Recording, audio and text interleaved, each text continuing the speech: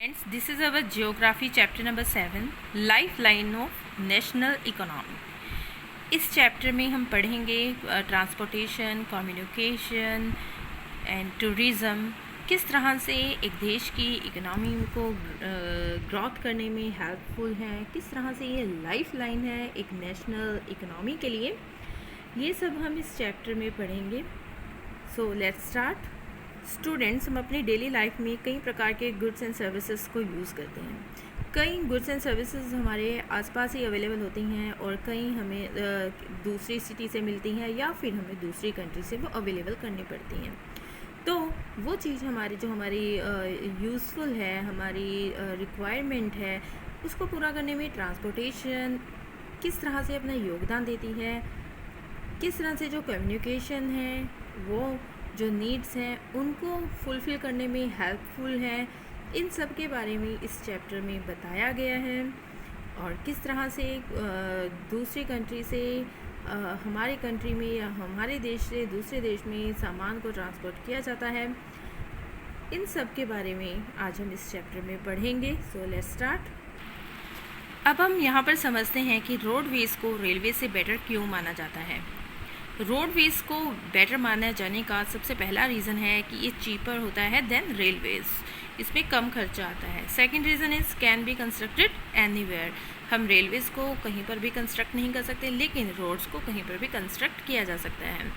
And number 3, good for the transport of small quantity goods. और अगर हमें small quantity में गुड्स को ट्रांसपोर्ट करना है, सप्लाई करना है from one city to another city, then roadways are more important than railways. And roadways also provide door-to-door services. Railways जो हैं वो तो door-to-door service provide नहीं कर सकते. For example, you come to school. How you come to school? By bus. So, roadways provide door-to-door services. And roadways connect other modes. जो roadways है वो तो रेलवेज़ को कनेक्ट करता है, टू एयरपोर्ट्स को कनेक्ट करता है, विलेज टू विलेज कनेक्ट करता है। तो जो ये रोडवेज़ हैं इसकी बहुत सारी ऐसी इम्पोर्टेंसेस है जो रेलवेज़ के बजाय ज़्यादा महत्वपूर्ण है, इसीलिए रोडवेज़ को रेलवे से ज़्यादा महत्वपूर्ण समझा जाता है। स्टूडेंट्स, अब हम रोडवेज़ की क्लासिफिकेशन को समझेंगे। Roadways are divided into 6 types. Number 1 is golden quadrilateral super highway. Golden quadrilateral super highway जो है ये जो बहुत बड़ी बड़ी सिटीज़ होती हैं उनको एक दूसरे से कनेक्ट करता है। फॉर एग्ज़ाम्पल कोलकाता, दिल्ली, मुंबई, चेन्नई, ये बहुत बिग सिटीज़ हैं। और जो रोड्स, ये जो हाईवेज़ इन सिटीज़ को आपस में कनेक्ट करते हैं उनको बोलते हैं golden quadrilateral super highway. Students, जो ये गोल्डन क्वाड्रिलेटरल सुपर हाईवे होते हैं ये 6 लेन होते हैं और इनको जो मैनेज करता है वो NHAI करता है, means national highway authority of India. ये इनको मैनेज करता है, इन रोड्स की देख रेख का काम करता है। Second is national highway. National highway जो है वो एक्सट्रीम सिटीज़ हैं उनको कनेक्ट करता है, जैसे कि आप शेषा सूरी मार्ग आपने नाम सुना ही है, जिसे कि नेशनल हाईवे नंबर 1 कहा जाता है, जो दिल्ली एंड अमृतसर को कनेक्ट करता है। And third is state highway, जो स्टेट टू स्टेट को कनेक्ट करता है। डिस्ट्रिक्ट हाईवे जो डिस्ट्रिक्ट्स को कनेक्ट करता है। अदर रोड्स जो आप अपने आसपास एरियाज़ में देखते हो, जो विलेज टू विलेज कनेक्ट करता है, टाउन टू टाउन कनेक्ट करता है, तो वो अदर रोड्स में आ जाते हैं। एंड देन बॉर्डर रोड्स, जो ये बॉर्डर रोड्स होते हैं ये जो रिमोट एरिया में जो विलेजेस होते हैं या सिटीज़ होती हैं उनको कनेक्ट करते हैं और ये बॉर्डर के आसपास के एरिया में ये रोड्स होते हैं। सो स्टूडेंट्स, ये थी हमारी रोडवे से रिलेटेड क्लासिफिकेशन। अब हम नेक्स्ट क्लासिफिकेशंस देखते हैं। स्टूडेंट्स, रोडवेज़ को उनके मटेरियल के हिसाब से भी डिवाइड किया जाता है, जैसे कि metal roads and unmetalled roads. ये metal roads and unmetalled roads क्या होते हैं, let's take a look. Metal roads होती हैं जो पक्की सड़कें होती हैं, जो सीमेंट से बनी होती हैं, और अनमेटल्ड रोड्स होती हैं जो कच्ची सड़कें होती हैं, जो सिर्फ मिट्टी होती है उनके ऊपर, या जो ईंट वगैरह से बनी होती हैं, तो वो अनमेटल्ड रोड्स होती हैं। मुझे मालूम है कि आपने भी metal roads and unmetal roads बहुत सारे देखे ही होंगे, और आपके आसपास भी इस तरह से कई रोड्स होंगे जो कि अनमेटल्ड होंगे, मीन्स जो कच्चे होंगे या मिट्टी वाले रास्ते होंगे। जो ये अनमेटल रोड्स होते हैं, ये जब रेनी सीज़न होता है तो इनमें बहुत सारा पानी भर जाता है और कई सारी दिक्कतों का लोगों को सामना करना पड़ता है। लेकिन जो मेटल रोड्स होते हैं वो पक्के रोड होते हैं और बारिश वगैरह का इनके ऊपर कोई असर नहीं होता, कोई पानी इकट्ठा नहीं इनके ऊपर होता। इनके ऊपर अच्छे से इनको सिस्टमेटिक बनाया होता है, पानी की निकासी अच्छी बनाई होती है। So this is a difference between metal roads and unmetal roads. Students, अब हम रेलवेज़ के बारे में पढ़ेंगे। रेलवेज़ जो है वो बल्कि गुड्स एंड पैसेंजर्स, बहुत बड़ी मात्रा में सामान को ले जाने में, बहुत बड़ी मात्रा में पैसेंजर्स को एक स्थान से दूसरे स्थान पे ले जाने में रेलवेज़ एक इम्पॉर्टेंट रोल प्ले करती हैं। ये एक प्रिंसिपल मोड है फॉर बल्कि गुड्स एंड पैसेंजर्स। और जो इंडिया है इसमें टोटल रेलवे नेटवर्क है जो 65,000 किलोमीटर से भी ज़्यादा में इसका जो नेटवर्क है वो फैला हुआ है। लेकिन आजकल हमारे रेलवेज़ को कुछ प्रॉब्लम्स फेस करनी पड़ रही हैं। ये प्रॉब्लम्स कौन सी हैं? Let's have a look. For example, जो रेलवेज़ हैं उसमें जो पैसेंजर्स हैं वो बिना किसी टिकट के ट्रैवल करते हैं। कई पैसेंजर जो रेलवेज़ प्रॉपर्टीज़ हैं उसको डैमेज कर देते हैं, और कई बार जो रेलवे की प्रॉपर्टी है उसको स्टील कर लिया जाता है, चोरी कर लिया जाता है। तो रेलवेज़ को कई प्रकार की प्रॉब्लम्स भी फेस करनी पड़ रही हैं। अब बात करते हैं पाइपलाइंस के बारे में।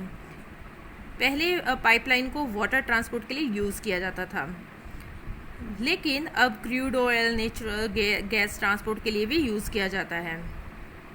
पाइपलाइंस का कॉस्ट ऑफ कंस्ट्रक्शन बहुत हाई होता है, लेकिन जो इनकी मेंटेनेंस होती है वो बड़ी ही कम होती है, उसके ऊपर खर्चा कम आता है। और जो इंडिया है उसमें 3 मेजर पाइपलाइंस हैं। पहला असम से कानपुर, दूसरा गुजरात से जालंधर, तीसरा गुजरात से उत्तर प्रदेश। ये 3 मेजर पाइपलाइंस हैं इंडिया की।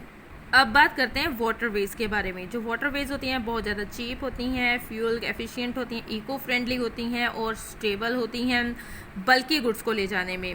और इंडिया में 3 नेशनल वाटरवेज़ हैं। जो पहला है इलाहाबाद से हल्दिया का गंगा के थ्रू, दूसरा सीडिया से लेकर धुबरा तक, और तीसरा केरला। स्टूडेंट्स, क्या आपको पता है कि इंडिया में 95% ट्रेड वाटरवेज़ के थ्रू ही होता है, और ये एक बहुत ही प्राचीन एनिशेंट मेथड है फॉर द ट्रेड।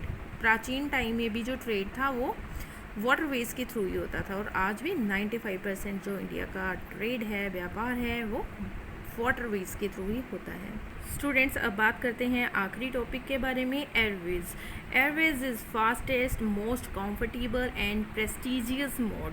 ये बहुत तेज़ होता है और कंफर्टेबल भी होता है, and it can cover terrains easily, जैसे कि हाई माउंटेन्स, डेजर्ट्स, फॉरेस्ट, इन एरिया को भी ईजीली कवर कर लेता है। स्टूडेंट्स, अब देख लेते हैं कि इंडिया में एयरवेज़ कौन प्रोवाइड करता है। एयर इंडिया है जो कि डोमेस्टिक एंड इंटरनेशनल जितनी भी फ़्लाइट्स होती हैं उनको ये मैनेज करती हैं। Second is Pawan Hans helicopter private limited, जो कि हेलीकॉप्टर्स प्रोवाइड करती हैं। So these are the airways of India. अब स्टूडेंट्स, हम बात करते हैं एयरवेज़ की प्रॉब्लम्स के बारे में। Airways as you know is very expensive. ये बहुत ही खर्चीला होता है। आम व्यक्ति एयरवेज़ में नहीं जा सकता, बिकॉज जो टिकट होती है वो बहुत महंगी होती है। इसकी सिर्फ मेन एक ही प्रॉब्लम है, that is it is very expensive and it is out of the reach of common man. अब हम बात करते हैं कम्युनिकेशन के बारे में। Communication is of 2 type, personal communication and mass communications. Personal communication के एग्जांपल हैं WhatsApp, Facebook, emails, mobile phones. Mass communication के एग्जांपल हैं टेलीविज़न, मीडिया, रेडियो एक्सेट्रा। अब ट्रेड के बारे में बात करते हैं। गुड्स और सर्विसेज के एक्सचेंज को हम ट्रेड कहते हैं। ये कंट्री, स्टेट्स, इवन कंपनीज़ के बीच में भी हो सकता है, ये 2 व्यक्तियों के बीच में भी हो सकता है। जब ट्रेड 2 देशों के बीच में होता है तो उसको हम इंटरनेशनल ट्रेड बोलते हैं। बात करते हैं इस लेसन के लास्ट टॉपिक के बारे में, जो कि है टूरिज़्म। इंडिया अपने टूरिज़्म के लिए बहुत ही फेमस है, वर्ल्ड ओवर फेमस है। यहाँ पर हिस्टोरिकल बिल्डिंग्स हैं जिनको देखने के लिए फॉरेनर्स हैं वो इंडिया में आते हैं। नेचुरल लैंडस्केप्स हैं जो कि बहुत ही ब्यूटीफुल हैं, उनको देखने के लिए फॉरेनर्स इंडिया विज़िट करते हैं। और टूरिज़्म से भी बहुत ज़्यादा जो इकोनॉमी है वो ग्रोथ करती है, उससे पैसा बनता है देश का। इंडिया अपने eco tourism, heritage tourism, medicine tourism के लिए बहुत फेमस है। और यहाँ पर जो टूरिस्ट हैं बहुत बड़ी मात्रा में इंडिया में हर साल आते रहते हैं। इंडिया में आगरा, हिमाचल प्रदेश, केरला, जम्मू कश्मीर कई ऐसे टूरिस्ट प्लेसेस हैं जहाँ पर बहुत बड़ी मात्रा में फॉरेनर आते हैं। Students, here the chapter ends. If you have any query, any question, then you can ask me.